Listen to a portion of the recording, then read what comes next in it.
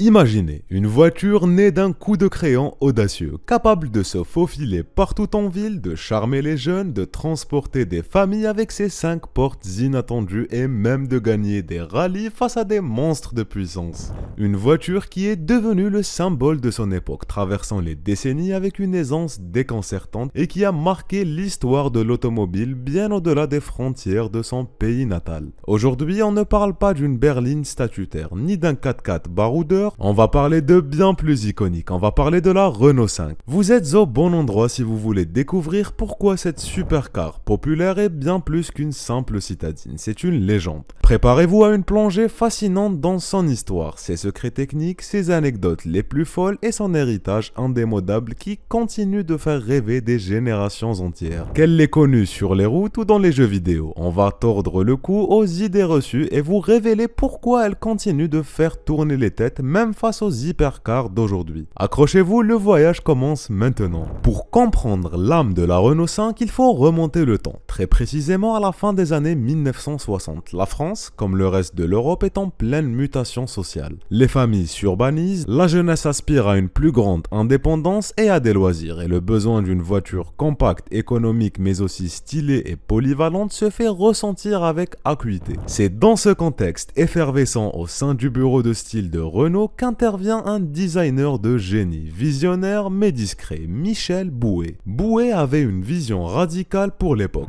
Une voiture citadine au look moderne, avec des lignes simples, épurées, presque minimalistes et une modularité intérieure astucieuse. La légende raconte qu'il aurait esquissé les premières lignes de la R5 sur une nappe de restaurant en quelques minutes, tellement l'idée était claire, précise et novatrice dans son esprit. La contrainte technique majeure était de réutiliser au maximum des éléments mécaniques et des pièces existantes des Renault 4 et Renault 6. Et ce, afin de réduire drastiquement les coûts de développement et de production. Mais comme nous le verrons, la R5 allait être bien plus qu'un simple patchwork de pièces. Ce n'était pas juste une voiture utilitaire. L'objectif était de créer une voiture qui devait séduire, qui devait parler à une nouvelle génération d'automobilistes. Il voulait tout simplement une voiture qui démocratiserait l'idée d'une automobile fun et pratique, accessible aussi bien aux familles pour les trajets quotidiens qu'aux célibataires urbains pour leurs escapades du week-end.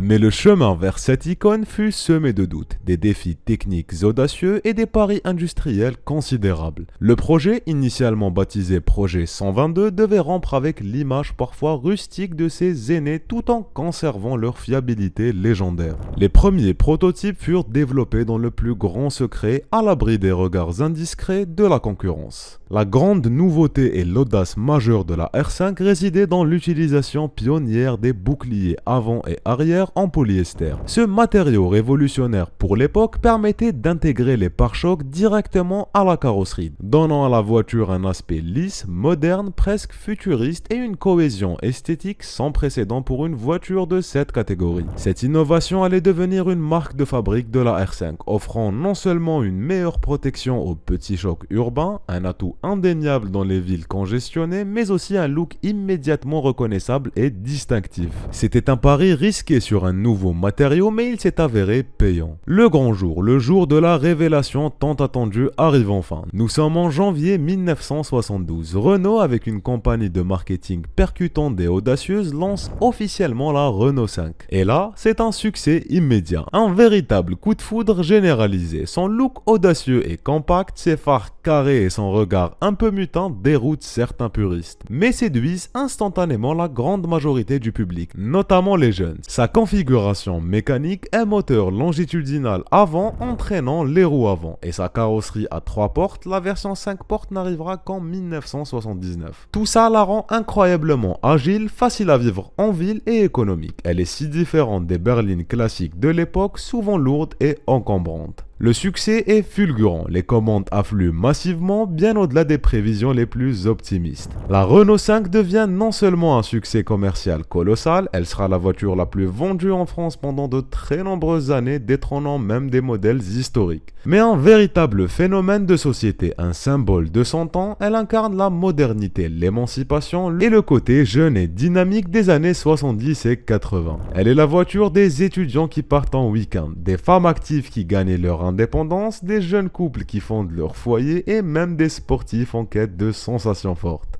Elle est l'incarnation d'une France qui bouge, qui se modernise et qui veut une voiture à son image, pratique, futée et avec du caractère. Mais qu'est-ce qui rendait et rend encore aujourd'hui cette voiture si spéciale? Sa polyvalence et son immense capital sympathie avant tout. Sous son capot, elle abritait une gamme de moteurs éprouvés, issus des modèles précédents de Renault, du petit 782 cm3 de 34 chevaux, suffisant pour la ville, aux versions plus puissantes de 1,1 litre et de 1,3 litre offrant plus d'aisance sur route. Elle était incroyablement agile, facile à garer grâce à son faible encombrement, économique en carburant et étonnamment spacieuse pour sa taille, notamment avec sa banquette arrière rabattable qui augmentait considérablement le volume de chargement. Et que dire de sa conception astucieuse, pensée dans les moindres détails pour la vie quotidienne urbaine et périurbaine. Les premières versions avaient des vitres arrière fixées qui s'entrebâillaient seulement, une calandre sans grille d'aération visible, un design épuré au maximum. Ces poignées de porte intégrées dans le montant de la vitre étaient une signature esthétique unique et très avant-gardiste, rendant les flancs de la voiture particulièrement lisses et fluides. Chaque élément était pensé pour être fonctionnel, économique à produire et d'une esthétique réussie. C'était la voiture maligne par excellence, la petite qui a tout d'une grande, comme le disait la publicité de l'époque, une voiture où la forme suivait la fonction mais avec une touche de malice et de caractère bien affirmée. La Renault 5, ce n'est pas seulement une voiture, c'est une infinité de versions et d'histoires personnelles. Elle a donné naissance à une véritable famille de modèles, chacun avec sa propre personnalité et sa propre clientèle. Des versions les plus basiques comme la L ou la TL qui ont équipé des millions de foyers, aux modèles sportifs qui ont fait rêver toute une génération d'amateurs de sensations fortes. Au fil des décennies, la Renault 5 a été le théâtre d'anecdotes plus folles et d'aventures plus incroyables les unes que les autres. Saviez-vous que la R5 a été la première voiture au monde à être commercialisée avec des boucliers en plastique intégrés à la carrosserie, protégeant ainsi la tôle des petits accrochages urbains? C'était une innovation majeure pour la sécurité passive et l'esthétique et un véritable pari technologique pour l'époque.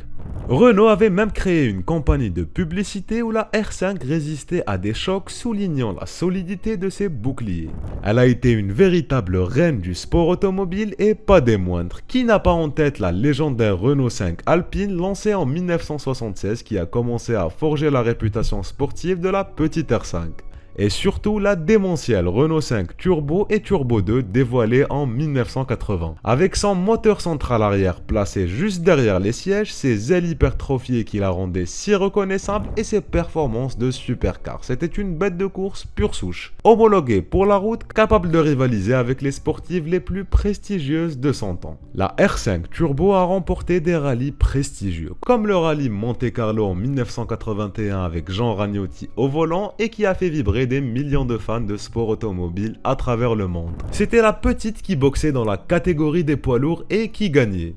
On se souvient encore de ses performances ahurissantes et de son look unique sur les spéciales de rallye. La Renault 5 a été déclinée en versions plus inattendues et fascinantes, souvent pour des marchés spécifiques ou pour des usages particuliers. Pensons à la 5 Le Car, version américaine de la R5 qui a connu un succès inattendu aux États-Unis, notamment grâce à des campagnes publicitaires ciblées et son côté French Tech décalé qui séduisait les jeunes américains. Ou encore, bien avant l'heure, la version électrique. La Renault 5 électrique, dès les années 1970 et 80, utilisée notamment pour la Poste et EDF. Une vision incroyablement avant-gardiste de l'automobile et un témoignage de la capacité d'innovation de Renault. Et que dire des séries spéciales devenues des collecteurs et des objets de convoitise? On pense à la joyeuse Campus, la chic TX avec ses jantes alliages et ses vitres électriques ou la très recherchée Baccarat lancée sur la Super 5 qui offrait un niveau de luxe et de raffinement inattendu pour une petite voiture, avec un intérieur cuir et des équipements de berline haut de gamme. Chaque version, chaque déclinaison et chaque série limitée a contribué à forger la légende de cette voiture pas comme les autres, la transformant en un véritable phénomène culturel. Elle a même eu droit à un successeur direct, la Super 5 lancée en 1984 qui a continué sur la lancée du succès en modernisant le concept concept tout en conservant l'esprit de sa devancière. On dit souvent qu'elle était l'évolution logique de la R5, une véritable R5 de deuxième génération. Mais alors pourquoi cette voiture dont la production de la première génération s'est arrêtée en 1984, même si la Super 5 a poursuivi l'héritage jusqu'en 1996 avec plus de 9 millions d'exemplaires produits pour l'ensemble de la lignée? Pourquoi continue-t-elle de fasciner, d'inspirer et de faire sourire des millions de personnes à travers le monde des décennies après son lancement?